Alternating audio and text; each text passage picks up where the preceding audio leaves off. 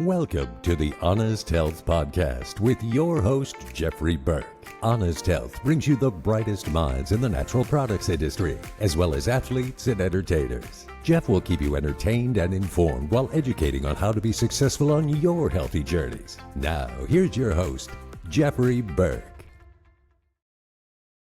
Hello and welcome back to the Honest Health Podcast. My name is Jeffrey Burke. I'm always glad you're here. Remember, this is my platform that brings you the most up-to-date, groundbreaking information from some of the best minds within the natural products industry, as well as many voices outside of the industry. You know, everybody has got something to share. And remember, I talk about it all the time. It doesn't matter where your information, where your tips, where your life-changing moments come from. You just need to be open. Open in your mind, open in your heart, and ready to accept these wonderful tips that come your way. As you keep tuning into the podcast, do me a favor. If you like what you're hearing, go to my YouTube channel. Make sure you like it, share it, and subscribe. Send all your friends there. The whole idea is to build the podcast, but also build the site so that we can get these wonderful guest interviews out to everyone. And that's really what it's all about today. Remember, you can find my podcast episodes everywhere. I'm on every platform, and the YouTube channel is the video, so you get to actually kind of watch us having our interaction. Today, my guest is Clint Calder, and we're going to be talking about something that I think you're going to absolutely love today, because it is something that has to do with everything that we're doing today. Everything we do, everything we read, everything we buy, every swipe, every like, every subscribe. Our information is all media driven today. So we're going to dig into it. We're going to dig into it and find maybe the best information to let you know if getting some media support is good for you, is necessary for you, and we'll just kind of take it from there. Help me welcome my guest. Hey, Clint. Hello, Jeff. So glad to be here. Thank you so much. I'm so glad to have you here. I have been a fan of yours since I met you the first time. I think what you're doing out there in the industry is amazing. I think that today we need a lot of support. I think many of us, especially me, old timers that have been around for many, many years and actually been in the media for well over 4.5 decades. When we didn't have any of this at our fingertips, I actually was talking to someone the other day. I said, my radio show 4 decades ago, they used to drop a needle on a record for 3 minutes, and that was your break. And then we segued to 8-track tapes, to cassette tapes, to MP3 tapes, to discs, and now everything is wireless through the system. So I've really seen a lot of changes, and I never honestly thought that I'd ever embrace media or platforms or any kind of social media, but it is how we're driven today. And I just want to kind of get your take on the whole system happening around us. But first of all, talk about Rock On Media. Talk about what you're all about. Let's scoot this in because this is where we get intimate. Bring it on. I started Rock On Media 3.5-ish years ago. I think technically 3.68 years ago. And the whole point of it was help people tell their stories. I love the name Rock On because it's like, let's just rock on. Like, we're here to just have fun and build. And Rock On is a very common hand signal or phrase. Frankly, I don't care about my logo. For a while, my logo was a typewriter. Right now, it's a jackalope because it's mythical and Western US, whatever. But the whole point is to build and grow together. And as a marketing engine, that's kind of what we are. We're kind of like ghostwriters for our clients. And so we want them to be famous. We want their logo to be in the front of the scenes, and we want them to get recognized and most importantly be remembered. So for us, I mess around. I do weird logos. I have the weirdest t-shirts. If you see me at Supply Side or anywhere, just look at the back of my t-shirt for a weird surprise. It's so bizarre, and that's all I'm going to say about that. But what we do is content marketing. We help brands who, new or young or old or wise, we help them identify the story that will differentiate them from everyone else and then be remembered. So I've been doing this for 15 years, and I love the idea that now I start it. I don't have to pay somebody else's ego or for their trip to the Cannes Film Festival. I don't have to worry about that. My clients don't pay for all that. They pay for content and work. We get shit done. Pardon my French, but I actually speak French, but we can get into that later, maybe. But we get shit done. And when they pay or we partner up, we're building stuff, we're doing stuff. We're not just sitting around twiddling our thumbs. So I hope that was the response you wanted. Yeah. And I think that, as I talk to a lot of people, obviously being visible and being in our industry as long as I have, people ask me all the time, do you think I need to start doing social media? Yes. Do I need someone to help me out? Most likely, yes. And I think because there's a lot of people that are standing on the dock waiting for the ship to come in naturally on its own. And it may come by once in a while, but it's usually way out there and it doesn't even see you standing on the shore. So we need guidance. We need support. We need to make sure that we're hitting the audience that we need to hit. And we also want people to recognize talent. You could be the best of the best at what you do. But if nobody knows about it, and you're not able to share your amazing content, your radio show, your podcast, your writings, all the things that you do and all the support that you give to your industry and other people, if people don't know about it, they're not going to be able to benefit from what you have to offer. So I love that there's companies out there. Now, I also know that all companies are not created equal. I know there's a lot of companies that have popped up, especially since the pandemic, and, calling themselves specialists and all this kind of stuff. And I've seen what they do, and it's virtually nothing. And, I think that people need to be, I think getting a referral to somebody, to a company, really means a lot. So if somebody asks me a question, if I give them a referral, it's because it's coming from my heart. And it's also because I know that this company can do well for them. So that's why I recommend you. I recommend your company because I've seen what you've done and I see what you do and I know people that you work with. And it's really important. If you're going to take the time, spend the money, take the time, then you need to make sure you're spending your money wisely. And I think it's a lot of times people just don't know where to start, Clint. I don't think they know where exactly to start. So let's say you have somebody coming in. Let's say they're in the natural products industry. They started a company. It's doing okay. They're trying to get some information out there. It doesn't seem to be going anywhere. They have something very unique and nobody knows about it. And it could be fantastic if everybody did. How do you start with someone like that? I mean, obviously, there's a lot of one-on-one that goes into it first. There's a lot of discovery. We always start with like a discovery call, like, what are you trying to solve? Because now that everything's automated, I mean, you see the automated AI, ChatGPT can replicate, can write a full book in under 3 minutes.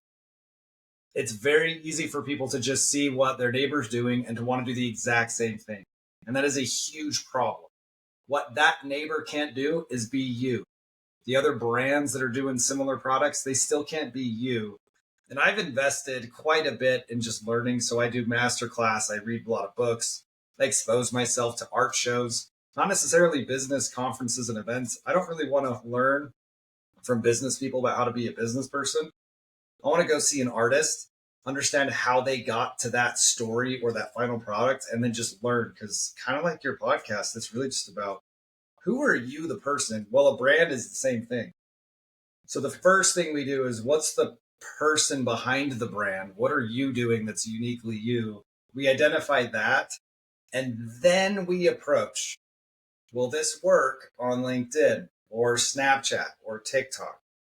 And so everything comes down to who are you, what are you selling, and where's your audience? That's the biggest question because Facebook's going to tell you it's on Facebook ads. Instagram wants you to run all their Instagram reels. You go crazy. TikTok. Those platforms make it so easy. You can literally push a button and it will run ads. It's not going to be effective because everybody and their dog or cat, I'm more of a dog person for the record. Me too. They can all just push the on button. And that means CPMs or cost per thousand. You pay an insane amount of money into the machine. So our goal is to not feed the machine, but to find your audience. So that's how we always approach it. Who are you? What makes you a little bit unique? And who are you trying to speak to? Then we go from there. And I love that because, you do take the time to personalize it because it is a personal thing. You can't rubber stamp. I've been working on a lecture that I've got upcoming, and the lecture is not everyone fits in the same box. Now, obviously, we've been talking about that for a long time because people today want to do what everybody else does. And if someone does something successfully, they want to copy it 100%. But they fail to take into consideration the choices in their life and their health that they made along the way, their genetics, their history, their fortitude and gumption to be able to stick with something or not, how honest they are about wanting a change. So there's so many different factors. Everyone needs to have their own starting point. And if you can do it with some wonderful guidance, especially in the area that we're talking about, you're going to be able to see levels of success that you've never seen before. The problem is realizing that our egos sometimes bait us to thinking that we can do it on our own or we can do it better. And then a year, 2, 3 later, we find out that we should have asked for help.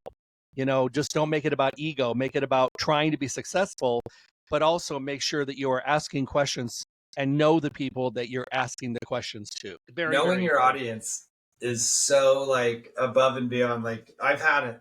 So I've worked in social media for 15 years. I was doing social for Triumph Motorcycles and Castrol Motor Oil before you could even boost a post. So everything was organic. And I remember doing the post and I got these emails from Facebook that said, hey, it's about time to pay to play. So there was I don't know if you knew that phrase. Have you ever heard pay to play? I mean, it kind of works in other industries. When Facebook started saying that and when ad agencies started talking amongst themselves, because in New York City, I lived there for 6 years, the ad world is pretty small. So all the advertising people would talk, you go to happy hours, networking events, and everyone's like, did you hear that you're going to have to start paying to get seen on Facebook? And everyone was just like, no way. That is so dumb. Like, they would never do that to us as brand managers. Mm-hmm. Well, they did. And we are in the thick of it because now you have to pay. So now you have to be careful where you're paying so you don't just throw your brand into the crazy, insane inflation of getting the CPMs. I don't know how granular to get on some of these terms, so we can get really nerdy, or I can try to keep it primary language. So if you ever need me to choke it back, just tell me. Okay, hold on 1 second. I'm going to stop right here, Clint. I need you to move over. I'm getting only half of your face. Little bit more. Okay, that's better because you keep moving over like this. So Really? Okay, go back to your left about 3 inches. There you go. What if I went like that? That's perfect. I'll have John cut and stop this. So Sorry about that. That's all right. It's okay. I'm going to bring us in to another question. 3, 2. So let me ask you a question. For someone that is just starting out, the hardest part is the fear of failure.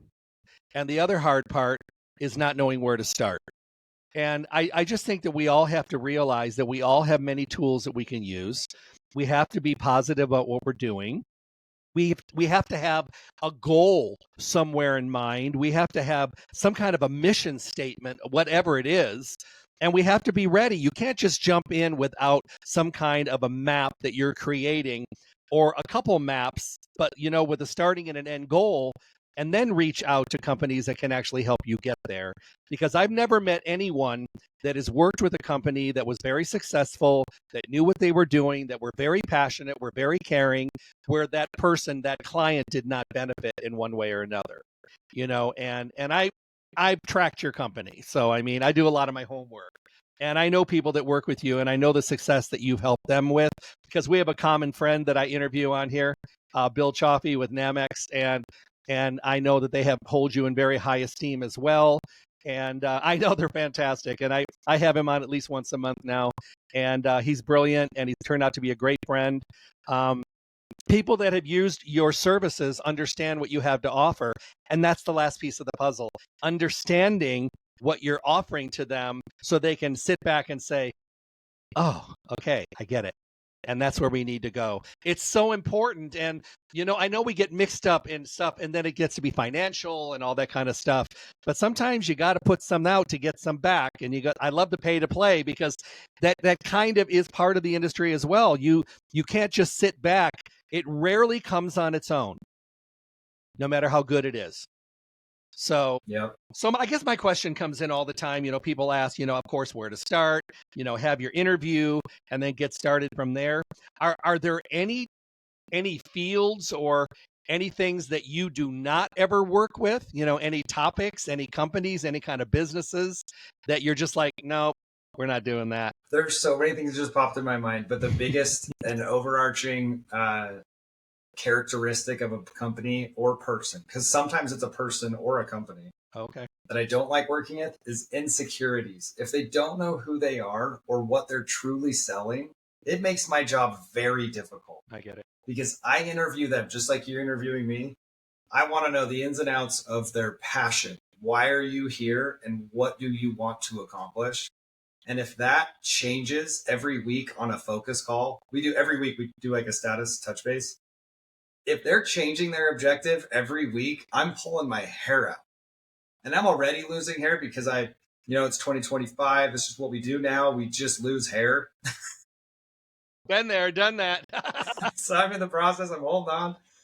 But when people don't know or they're not convinced about what they're doing here, it makes it really hard for me to be effective to tell their story. Because essentially what we do is we tell stories and get it seen by the right people. That's it. And so if that story keeps changing, well, then the audience might be changing. And that's going to dictate, should we be on LinkedIn? Should we be on Facebook? Or should we be doing blogs on New York Times? Like, if that's changing, the whole strategy just keeps changing. And then it's turmoil. And then I look bad. They get angry. I start eating more pizza and comfort food, which isn't good for anybody. I got to tell you something funny. And I got to ask you this. Do you think that platforms are geared toward different audiences? The reason I ask is I'm sitting on a plane coming back from Maryland, and I was working on my laptop, and a lady looks over and she goes, I know you. I said, no, you don't. She goes, oh, yes, I do. She goes, I lived in Vegas. I listened to your radio show for like 25 years. So we started talking and all that. And she says, are you on other platforms? I said, well, I'm told that because of my age, I should be on Facebook. But I enjoy being on Instagram, and I have a ball being on TikTok. I said, but yes, I do think that some of them are age driven, and there are categories of people that go only to those. So when you're doing what I do, and you're out there and you're getting more visible, and you're doing what you do, you have to be on all of them. Should we be able to be on all of them, even though we're older, or should we stick to our own place? You can. That doesn't mean you should. Just because you can doesn't mean you should. That's all true. Comes down to balance and time. Because if you're going to do TikTok right, that's a full-time job. If you want to do YouTube right, if you had every platform, that's 5 mega houses like Instagram, Facebook, LinkedIn, TikTok, YouTube, like those 5, that's a full-time job. Not to mention doing the thing you're talking about on each of them. So in my opinion, you can be, but really each platform is a mindset. Facebook is for community events, local connecting. Your high school friend just got married. LinkedIn is, I need a job, or I need leads, or I have a huge story to tell that only people care about if they're in a business mindset. So LinkedIn, business community mindset. It's really about what mindset do you want to be harnessing. And so for me, that's how I approach it. If you have the luxury to be on every channel and you have enough people underneath you that you can be on each one, do it. Most people don't, and most people shouldn't. Well, I'm on all of them.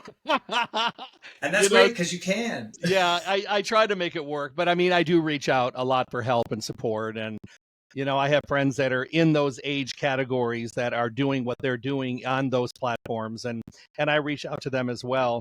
And I think where the difference has been for me is because my podcast is not driven to an age group. My podcast, I have a huge variety of people on my podcast, and where my radio show used to just kind of be more in the health and nutrition arena, and it was for 42 years. And obviously there was no interaction like this. I talked to a microphone or I talked to a phone, which was very hard. I couldn't see the face. There was a time when you told a joke and you couldn't tell if anyone was laughing because you couldn't see anyone or hear anyone. So, but what I've learned is that because I have different guests, and now I have athletes, and now I have entertainers, and now I have people like yourself, people in the know that I love and I have great respect for, and I want them to share their message. So this way I can hit a lot of different categories, and I think that's what let me fly under the radar a little bit easier. Yeah. And you're doing a great job because your flying under the radar is very much on my radar with your thank you notes on LinkedIn. Like the personal touch you have is powerful, rare. Nobody shares that. Well, I do appreciate it. I do have a friend that asked me a question the other day, and it was kind of interesting. He is a regenerative organic farmer. And we were just kind of chatting, and he said he's been doing really well, but he wants to get in. He bought another like 300 acres. and he's been building it up and getting it to the regenerative stage. And now he wants to be able to find a way to reach out to people that are going to buy the crops that he's growing and set his growth process. And he says, do you think you could use media for that? And I said, I would think so. I said, why not? Media connection to all the people that are out there. So would that be someone you'd be interested in talking to? Well, I like talking to everybody. So for that specific situation, I like hearing I have done this, and now I've done my expertise. I need someone who else is an expert to guide the rest. That's the type of process, I'm hoping for, is they have the passion, the drive, the commitment. I have insane commitment issues, which we're definitely not talking about today, maybe tomorrow. But when a brand is committed, they've got their story, they've got their product they've been working on for years. I definitely talk to those people and I get excited about it. Well, if you watch TV and you've ever watched Shark Tank, and you watch these people come on, they're pitching what they're doing. They're putting their blood, sweat, and tears out there to a product or a service. And they're talking to these 5 multi-millionaires to see if they like what they're doing and they can get their support. That's media. I mean, that is using what you do to be able to get the results they want. It's just they're trying to do it on this bigger scale. And I think that your success of what you do actually brings even better results because I think you bring reality to the picture. Too authentic. I mean, the whole premise of our business is so original. A typewriter, you can't copy and paste. You even have to push. If you push too hard with one finger than the other finger, then the letters don't match. It's imperfect, just like I am, just like my brand, my clients. Don't tell anyone I said this, but they're imperfect. And that's okay. That's what's so great about all of this. All of us are here on earth to make friends, build communities, eat good food, hopefully laugh occasionally. So I like being authentic, vulnerable, real, and building a community. So that was like a little side tangent, but no, but that's what makes it you. And I think that we have to be able to personalize.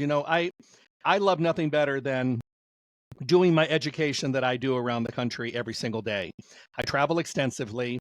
Do I like doing Zoom calls? Yeah, I do, because it still gives me connection.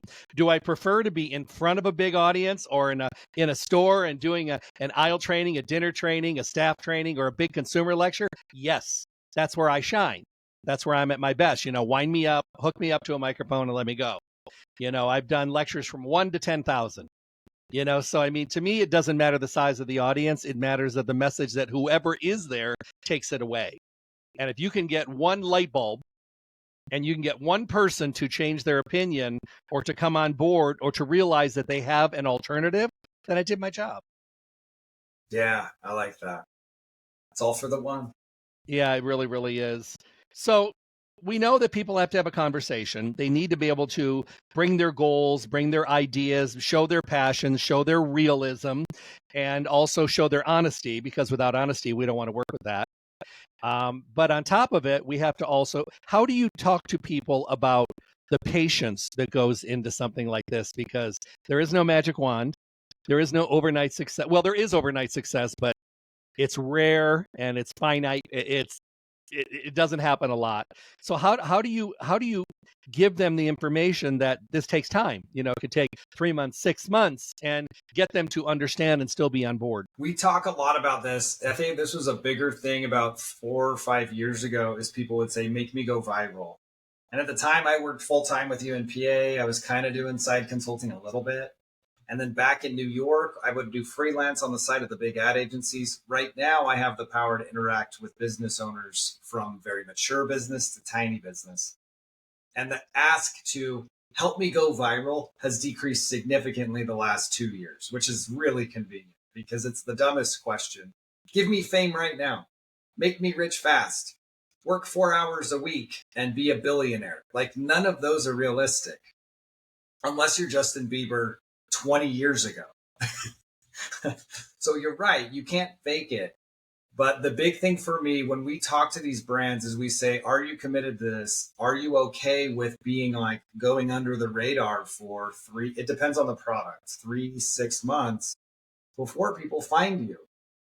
What changes for us in this strategy is if they're well funded, we can be aggressive, which will get them seen faster through strategic ads.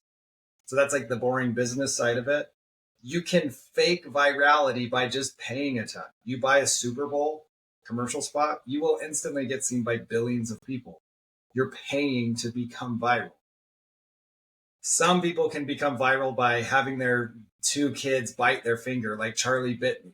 Like that was an accident. That was a YouTube video that went berserk. Crazy. Accident. Mm-hmm.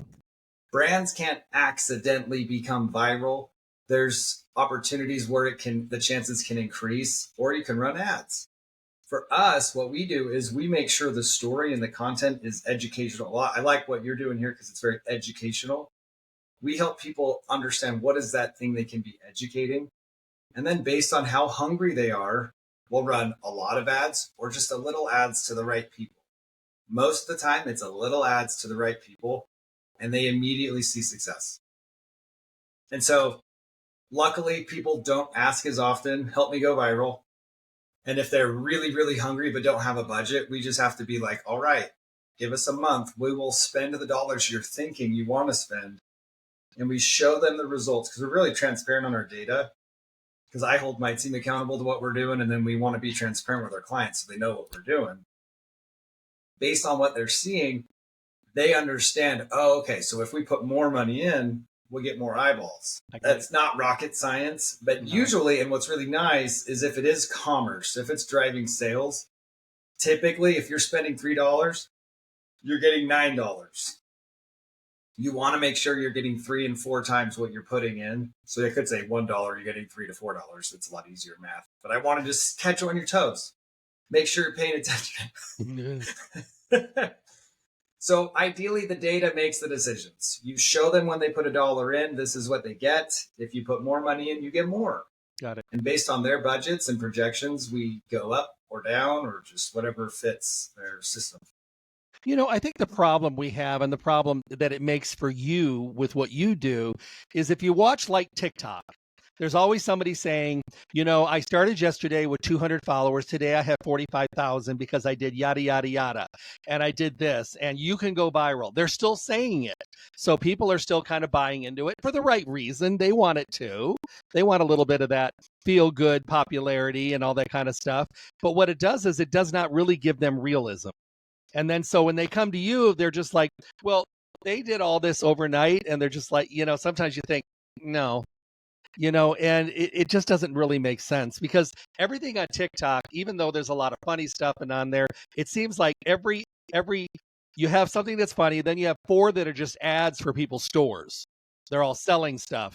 And then you find the same thing. You know, you'll find the dot card that you tap on your phone and you'll see 45 different people selling that on their stores. And then you'll get something that's funny and stuff like, so it's actually become almost like a selling marketplace now on there. And there's not a lot of realism and there's no real reality there. It's not a real world. It's like we're living in Farmville from AOL from 20 years ago. You know, I swear to God. And if that was exactly, and if that was really meant for anything, the entire country would be farmers now, and that's not happening. So I feel bad that because when they come to you, their expectations are, wow, off the charts, not realism. So I mean, you have your job in front of you to be able to bring them back down to earth and give them some lead shoes to hold them down. Otherwise, they're floating up with the balloons because there's not a reality there. And I think reality is something that is very hard for a lot of us to embrace, myself included. And I think that once we do take a little of realism and have some reality in place, we can have those, okay, I get it. You know, it's going to take time. It's not going to happen overnight, but it makes it your job a lot harder.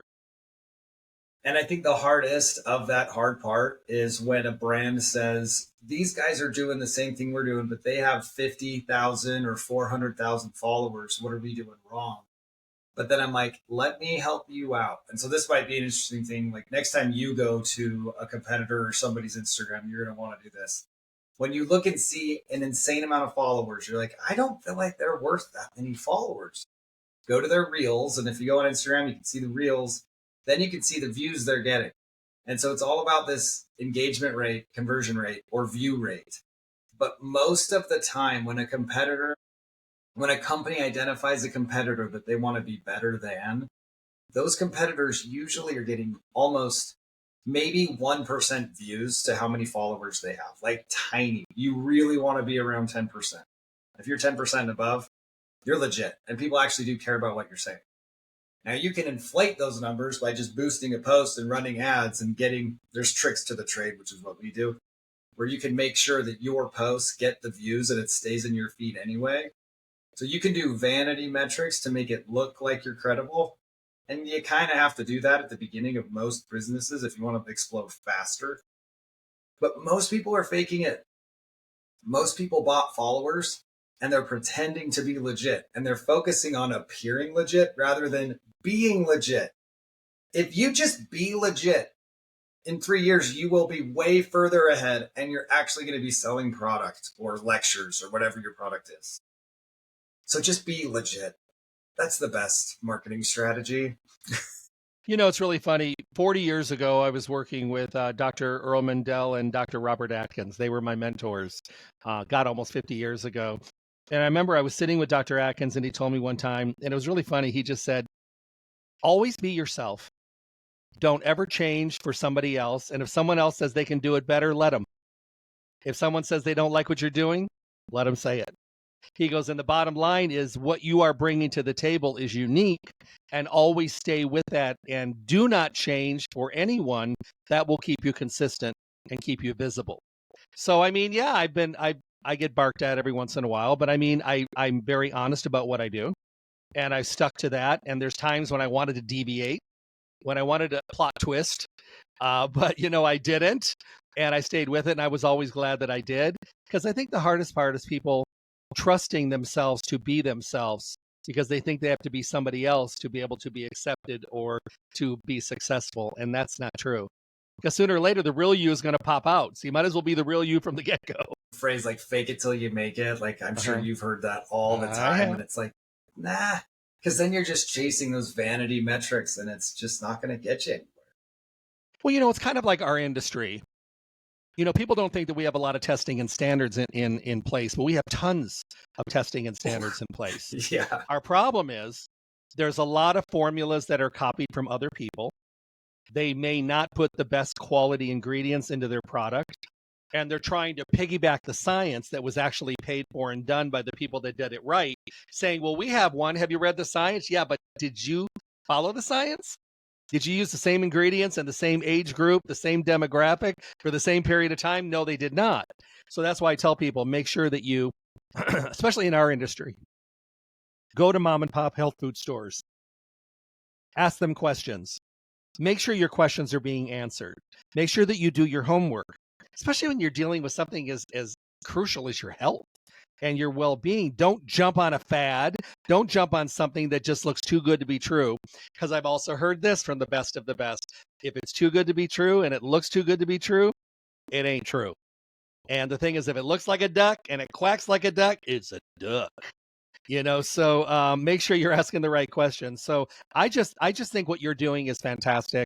I think that you give people the chance to be who they're meant to be, and you help to rise people up to the levels that they should be. And if people are honest and they work with you, they're going to be successful because you guys have got their back. And to me, that's all the credibility I need to recommend. Thanks for sharing that. I appreciate it. So if you have the choice of giving anybody just a little bit of information, they may be thinking about, bringing somebody in to give them some help and guidance. What would you tell them first, and then tell them how they get a hold of you? For their brand or for their person? Because I can go so many routes for this. Both. For me, it's funny because I do a lot of no tech self-discovery. So my morning routine is I go out, I make my own coffee, and I go sit and I read and write. No phone, no anything. And that's where I have found who I am. So it's always, if someone's coming to me or they're like, I want to be ready to work with you, I'm like, come to me with your story, how you got here, where you came from, what led you to be in this exact moment, and where do you want to be a year and 5 years from now. Growth strategy is huge for marketing. Are you hungry, or are you okay to go under the radar for a little bit?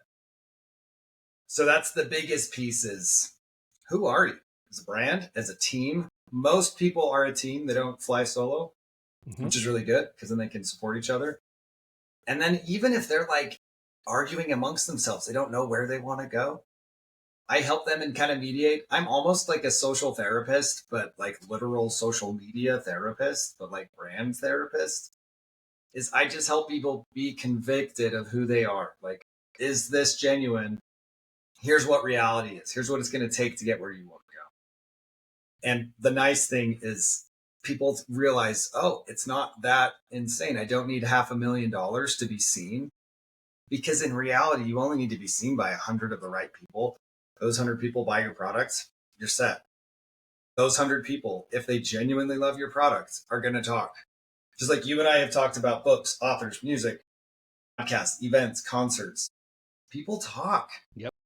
And then that 100 becomes 10,000, 100,000, and it just keeps growing. It's a movement. So that's the big thing. Understand yourself, come to me, and then I help you craft that story and get out in front of people, whether it's YouTube, LinkedIn, whatever. So talk to them. How do they find you? Where are you? Where do you want them to go looking for you? Oh boy.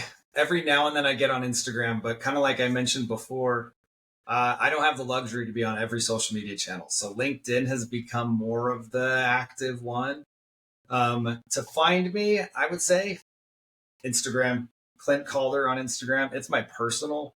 It's where I'm most active. It's where I share the real Clint Calder. I don't really put a face on. One of my most recent posts was about a huge episode I had, kind of like a panic attack thing.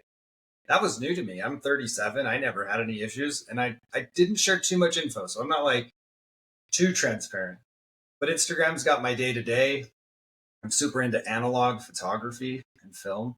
So I would say you can find me on my Instagram, or you can go to our website, rockon.media. It's a very not updated website. It's kind of updated, and it's all accurate. You know, we don't always need bling and diamonds and glitter. You know, I think somewhere along the line, someone told us that we have to sparkle in the middle of the night in the dark. And, you know, I just think we just need to be ourselves, have the information that people need to get from us, and, you know, the rest of it will fall into place. So do me a favor, leave us with a thought of the day, a Clint Calder thought of the day on anything. I encourage everyone to have the best damn morning routine in the whole wide world. Like that 1 hour to yourself is my highlight of my day. So like I mentioned before, I have no tech involved. I've got a dog. She doesn't have her smartphone on. She's not doom scrolling. She's sitting right next to me. Usually she's leaning against my leg while I'm trying to write a poem or reading a poem. And I'm like, ooh, I like this. So harness your morning routine, like just understand what you need and do those things first. And then the rest of the day just falls into place. It's as simple as that for me. And I wish it for everybody. You know, I had someone tell me one time, it was just recently on one of my shows, and I said, what's your thought of the day? And he goes, make your bed every day. And I said, I like that. I said, well, I do, but why? And he goes, when you make your bed at the beginning of the day, you are closing the previous day and preparing for the next night to start all over again. He goes, never get into a messy bed. He goes, it's just like, don't go to bed mad. Make your bed when you get up in the morning. So, and I mean, I was always trained or educated to do that, so I do it anyway. But I was asking everybody, and everybody I asked, they're like, I never make my bed in the morning. I said, well, let's just all try it as a group and see what we do. So that's a group. Beds everywhere being made. I'm doing it, Jeff. No, I'm kidding. So here's my second question. You leave the planet today. What do you want people to remember about Clint Calder? Real. He was him. And I have an identical twin. Like, there's your plot twist. I have a twin. I didn't struggle with identity crisis, but just growing up, most of the time when I was a teenager, I was trying to make sure I was different than my twin. So I always wore red. He always wore blue. Well, as I got older, then I wanted to wear more blue. And at first I was kind of insecure about it because people would be like, I thought you were the red twin. I was like, well, I was, but now I want to wear blue. Mm-hmm. Are you guys Are you still real similar? Yeah, he actually worked for me at Rock On Media, so he was with us for a year and a half. And a lot of people like, don't work with family. I was like, it's the only people I want to work with. Yeah, like, you go. we work together all day, every day. But I want to be remembered as Clint was real. He was himself, authentic, original. He didn't copy and paste his brand. I love it. No, I think So- I think it's great. Thank you for that. I really appreciate you being back here. Will you come back and see us again? Oh, I'll listen again. I'll see again. I will virtually remote myself into your studio anytime. Thank you so much. Today I've been speaking with Clint Calder. I hope you loved this. And, if it hit home for you, you're really thinking about looking into bringing some media in, bringing some of this amazing support, find them. Look for Rock On Media. Also, find Clint on Instagram and follow him. It's true. He is very real. He is very honest. He is himself. And know that you're going into it with somebody that can be very honest and give you the information you're looking for. If you love what you're hearing today, excuse me, go to my YouTube page. Make sure to subscribe so I can help the visibility of the YouTube page and really get my guests out there so everybody hears them.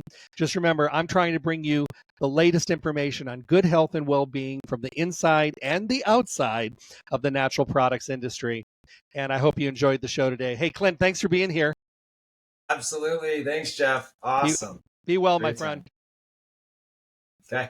Stay tuned for more information from the Honest Health Podcast with Jeffrey Burke. And make sure to check back often for interviews and conversations from the guests we all want to hear from. I'm John the Announcer. Thanks for listening.